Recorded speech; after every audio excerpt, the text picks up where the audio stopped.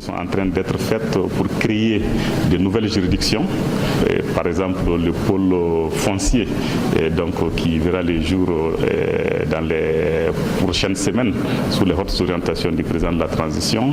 Nous allons aussi rendre opérationnelles les cours d'appel comme celle de Sikasso, celle de Ségou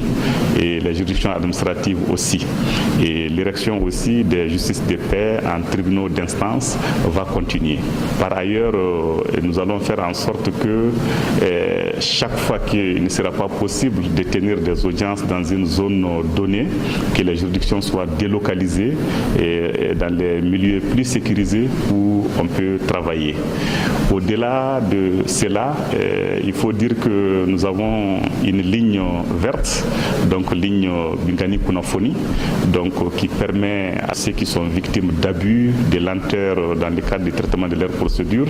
puissent saisir les autorités judiciaires afin de souligner leurs problèmes et faire évoluer le traitement de leurs dossiers. Pour le volet la justice garante des droits de l'homme, l'accent est mis sur les services de contrôle et de suivi ainsi que ceux de supervision pour corriger les imperfections. Il a été fait beaucoup de recommandations dans le sens de l'humanisation des conditions de détention au niveau des maisons d'arrêt,